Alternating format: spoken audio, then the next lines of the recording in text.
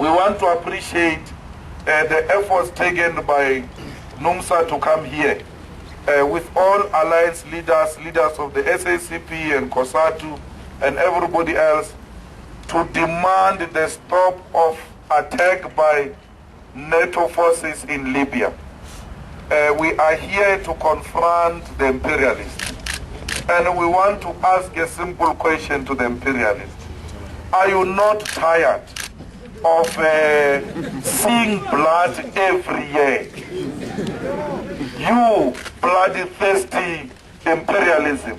Every year you are bombing this or that nation because of your thirstiness for blood. People will never get tired to see blood. People will enjoy seeing blood of innocent people. We should all agree South Africa should not have voted for that resolution.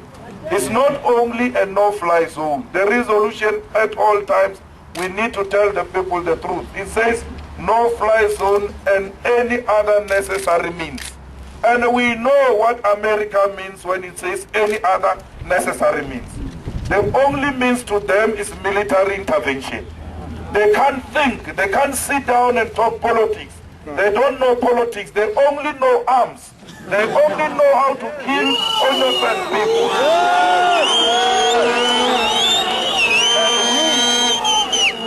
And we in South Africa need to teach them politics. That's why President Zuma went to Russia to meet with them.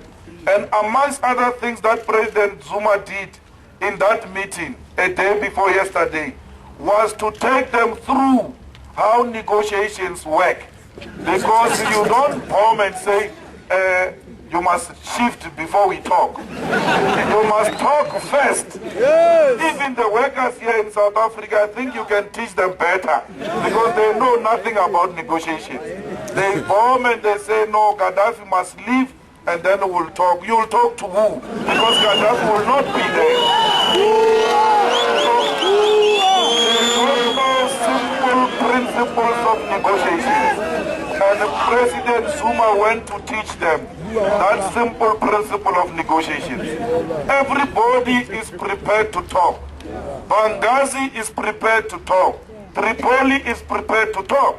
And the brother leader has agreed that he may not constitute that delegation of negotiations. He will send his team so that people speak freely in his absence.